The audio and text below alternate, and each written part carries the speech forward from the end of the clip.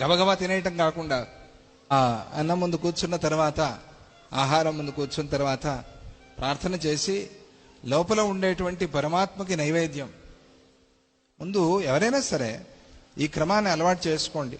ముందు 5 మెతుకులు, కనీసం 5 మెతుకులు పంటికి తగలకుండా మింగటం. పంటికి తగిలితే తిన్న దోషం, నమిలిన దోషం వస్తుంది కదా. మనం ఎంగిల్ తగలకుండా లోపలికి వేసుకోవటం కష్టం. అందుకని ఏం చెప్పారంటే, నమలొద్దు, తినద్దు, ఉరికే అట్లా వేసుకో. అంటే అది లోపల పరమాత్మకి నైవేద్యం. లోపల ఉండే పరమాత్మకి నువ్వు ఎంగిల్ నైవేద్యం పెట్టలేవు కదా తిని. అందువల్ల ప్రాణాయ నమః, అపానాయ నమః, యానాయ నమః, ఉదానాయ నమః, సమానాయ నమః, బ్రహ్మణే నమః అని చెప్పి ముందు 5 సార్లు వేసుకో. తర్వాత నువ్వు భోంచేయి.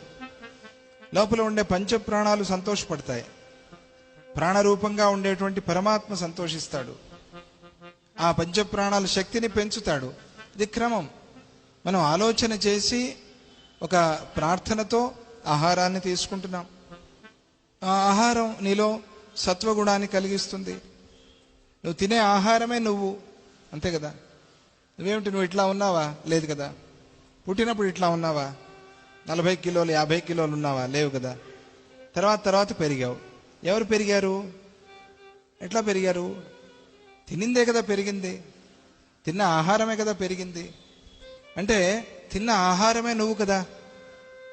నువ్వంటే ఏమిటి? తిన్న ఆహారం. నీలో చేరుకునే రక్త కణాలు, నీలో వచ్చే ఆలోచనలు, ఇవన్నీ కూడా నువ్వు తినే ఆహారమే. అందువల్ల ఆ ఆహారంలో సత్వశుద్ధి కోసం నువ్వు ఆ పరమాత్మని ప్రార్థన చేసి ప్రారంభంలో తింటున్నావు. ఇది అభ్యాసం చేసుకోండి. మీలో ఎంతమంది చేస్తున్నారు? చేయొద్దండి ఒకసారి. ఎంతమంది చేస్తున్నారు? చేయండి, అందరూ కూడా చేయండి. తినే ముందు ప్రార్థన చేయండి. తినే ముందు వేడుకోండి. బ్రహ్మార్పణం బ్రహ్మహవి బ్రహ్మాగ్నౌ బ్రహ్మణాహుతం ఉన్నాయి కదా. అహం వైశ్వానరో భూత్వా, ఇవన్నీ కూడా చెప్పుకుని కళ్ళు మూసుకుని, దాని అర్థం కూడా తెలుసు మీకు, తెలుసుకోండి. లేకపోతే పుస్తకాలు కూడా ఉన్నాయి, ఆ అర్థాలని భావన చేయండి. ఇదంతా క్రమం కదా, ఇదంతా పద్ధతి కదా. ఇవి మనం చేస్తూ ఉన్నప్పుడు ప్రతిరోజు మనం తినే ఆహారమే మనగా పేరుకుపోతోంది, మన శరీరం అవుతోంది. వేరేం కాదు కదా. తిన్న అన్నమే కదా ఈరోజు ఇట్లా తయారై నడిచేది, తిరిగేది, అంతే కదా.